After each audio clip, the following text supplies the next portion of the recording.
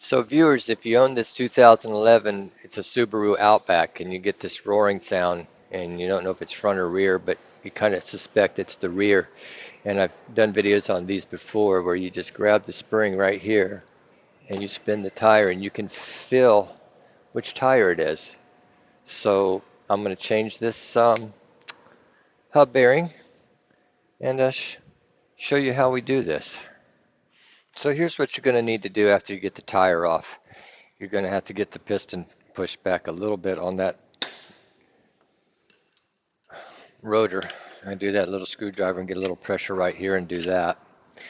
And then you're going to have to go behind here, and there's two 14mm bolts holding this whole caliper bracket and assembly. Take the whole thing off.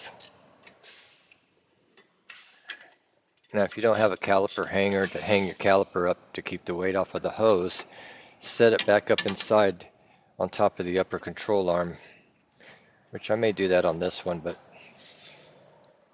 sometimes chances is it'll fall off on you, and people get all concerned that you've damaged the hose, and I've never had it happen.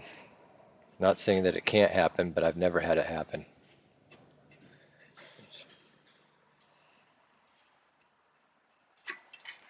Used to be in the old days, it was very clear to make sure you don't just let the caliper free hang, but calipers back in the 70s were a lot heavier than what we got today.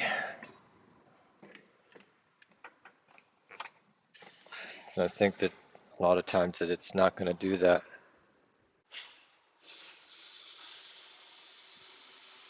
Let me lubricate that, and then we got to take this off.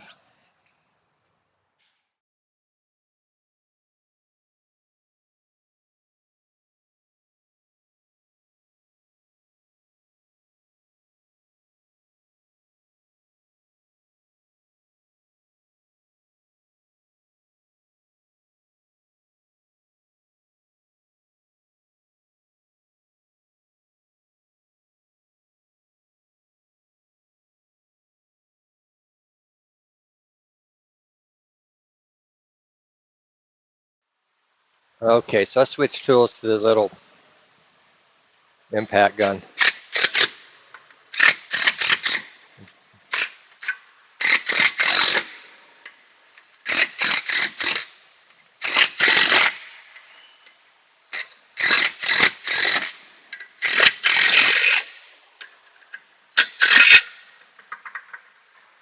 Just like that. Now sometimes you can vibrate them and hit them hard with a hammer, which is what I do most of the time. But that's the proper way to do it. A couple 5/16 bolts, thread them in, get your rotor off. Let's see how our visual's doing here. Anyway, get that out like I was sharing with you. 32mm axle nut. And that little sucker's not going to be strong enough. When you have to do this at home, you have to break that nut loose while it's on the ground with a big breaker bar or big long ratchet.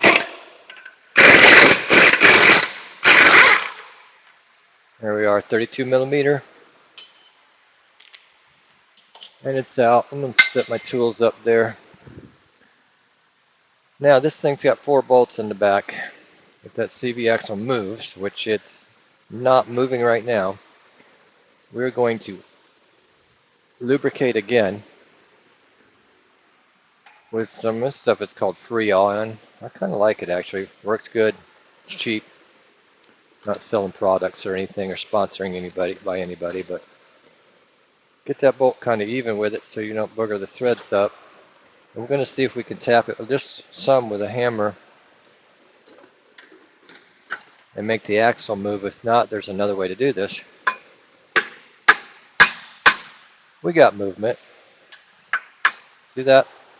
So once you get that loose, moving back and forth, the next part is on the back side. I'm going to get some lubrication right through here because that thing goes up inside of there. Trying to stay off my brake shoes, of course. but the bolts come through this side. And if I remember right, and I probably don't, I'm thinking that those are probably 14 millimeter on the back. Let's see. Give me one of the lights here.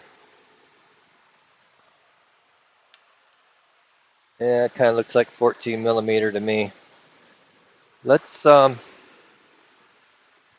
pause the camera and get a shot of that behind there. I see my camera got bumped.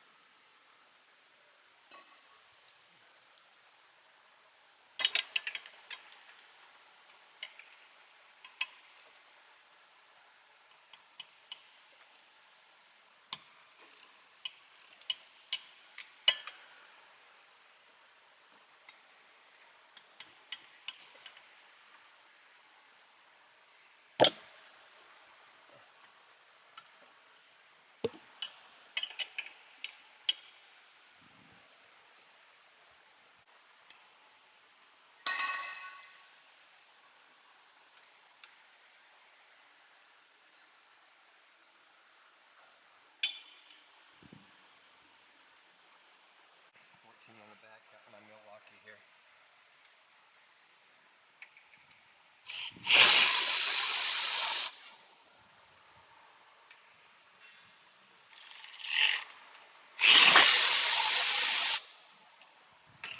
I use my Milwaukee to loosen stuff.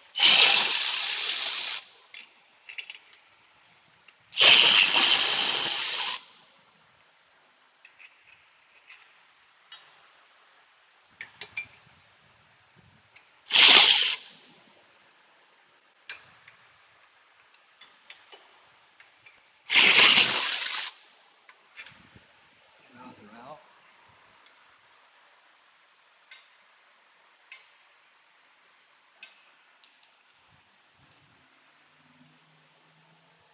Now, a lot of times they'll stick to a black backing plate, and you also got your sensor up here.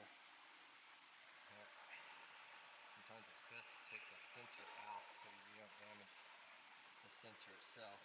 But I'm being careful and seeing that we don't have anything sticking. So there it is.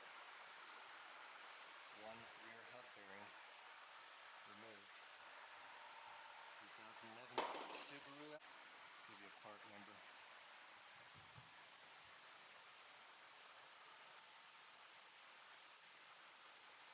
That's a 512401 on the back, because that's what gives the sensor its signal.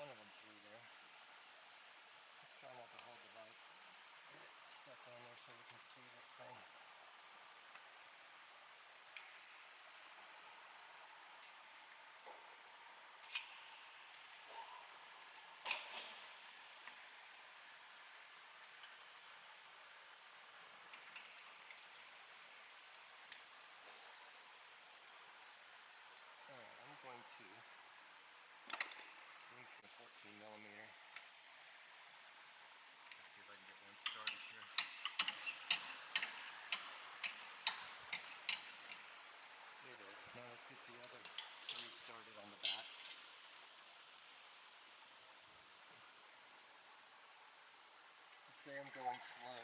I am.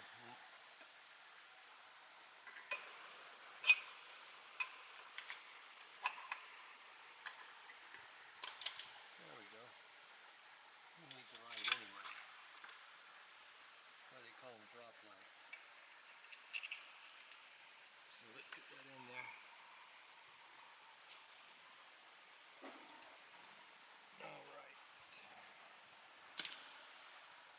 All right, I'm back again. Had to stop again, take care of somebody. So I got them started. Run them in evenly.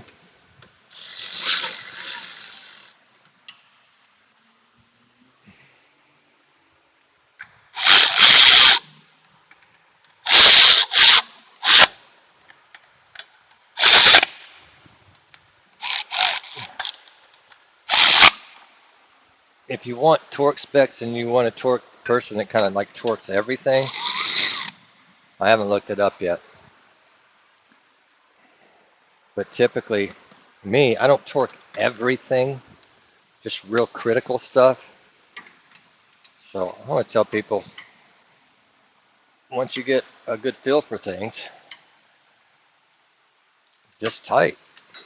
I don't know how to explain it any other way.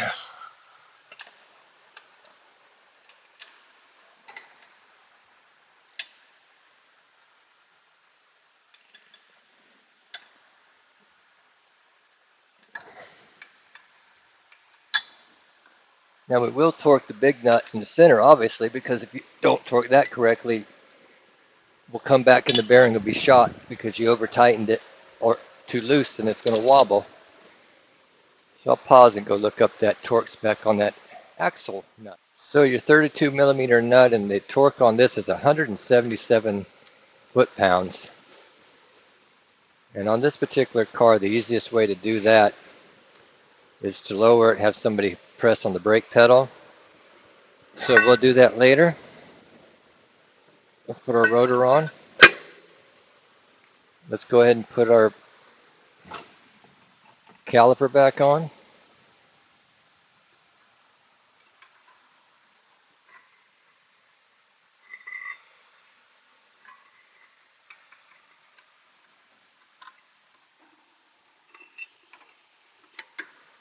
Two 14 millimeter bolts in the back.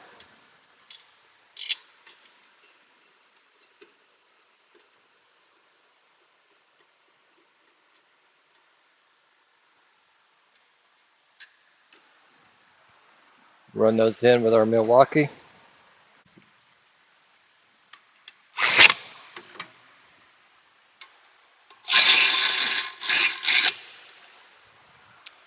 Check them with a regular hand ratchet to make sure they're tight.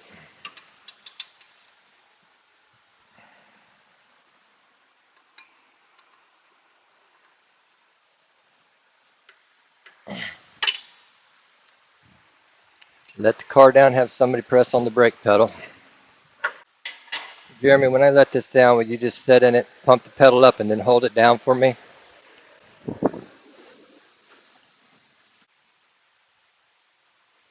There we are.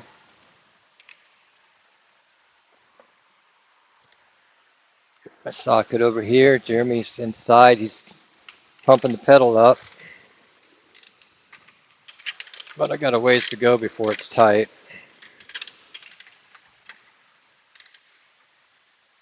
Go ahead, Jeremy. Yeah, pump it and then hold it down.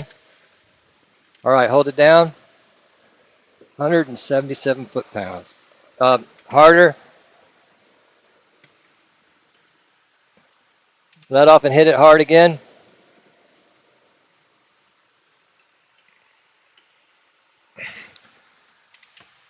Can you push any harder? There you go.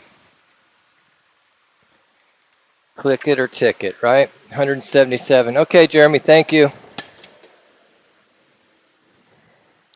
Now after you do that, you kind of notice we're almost back in the same spot it was before. To kind of let you know where you want to be. You want to bend that insert down inside the little keyway groove, chisel or whatever it is. It's just a safety.